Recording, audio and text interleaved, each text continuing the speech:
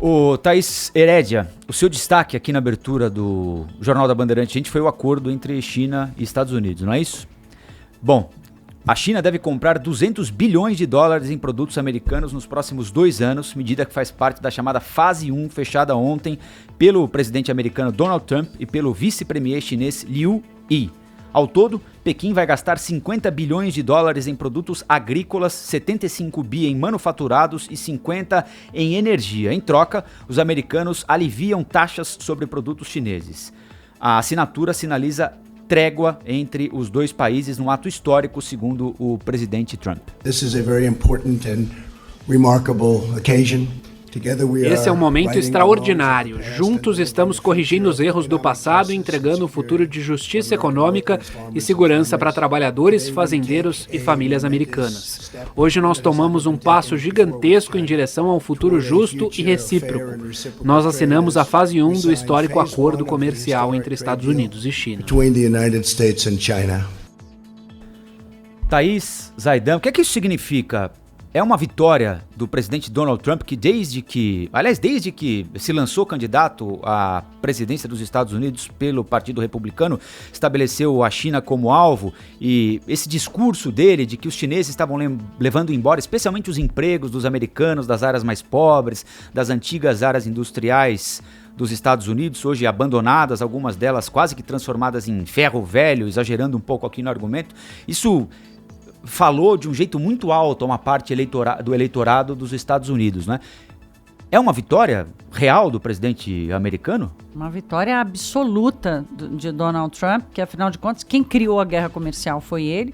Ele tem razão em vários pontos, a questão da propriedade intelectual, da manipulação do câmbio. Ele não é o primeiro a acusar a China disso, mas ele foi o primeiro, certamente, a fazer um enfrentamento, e a economia americana e a economia global perderam, ambas, né? Tanto a economia internacional como também a economia americana perderam bilhões e bilhões e bilhões de dólares. O comércio internacional sentiu. Então, Trump criou a guerra e criou o próprio acordo de paz. Foi um movimento político, além de um movimento econômico, foi um movimento político extremamente relevante, que coloca, de novo, os Estados Unidos numa posição mais equilibrada com o poder econômico que a China ganhou nesses últimos anos.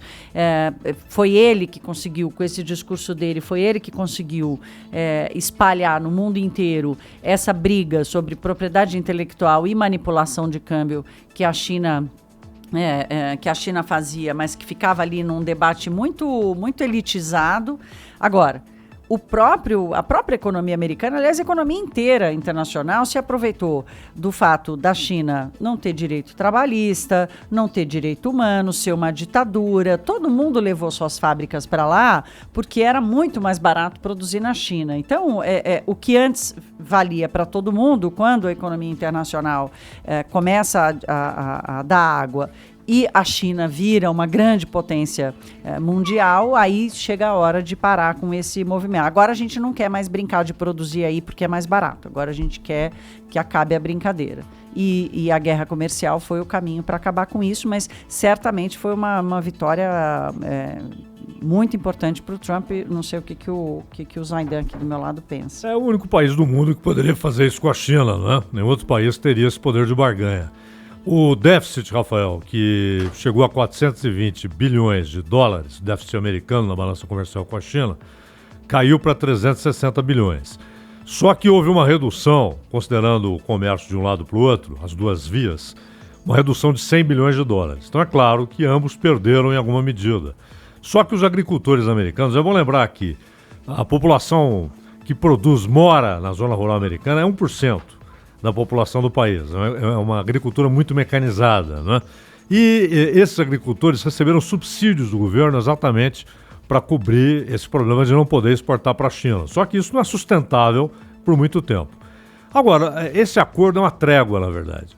Tanto nos Estados Unidos quanto na China, eles dão de barato que eles terão ainda grandes confrontos, inclusive militares e cibernéticos.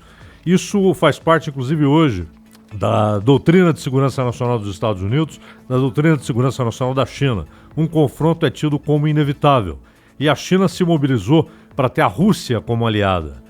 portanto um aliado militar muito forte, político, estratégico e assim por diante. Então é um adiamento. A economia chinesa, é verdade que o Fundo Monetário Internacional ele não acerta sempre nas previsões, nem o Banco Mundial, mas ambos dizem que a economia chinesa talvez neste ano cresça menos de 6%, o que será a pior marca em décadas, né? Obviamente crescer 5,5% para o Brasil seria motivo de carnaval, né? Mas para a China é um decréscimo considerável. Agora, há algumas exigências. Por exemplo, empresas que forem para a China, elas não poderão ser obrigadas a transferir tecnologia. Isso é uma grande novidade. E um outro ponto, e aí não tem nada a ver com comércio. O governo americano, isso não entrou ainda no primeiro pacote do acordo, quer que a China coíba a exportação de opioides sintéticos para os Estados Unidos. Tem muita gente morrendo nos Estados Unidos por causa de opioide sintético. E a China é que manda isso hoje para os Estados Unidos. Então é um acordo muito mais amplo do que um mero trade ali, não, um acordo comercial. Bom,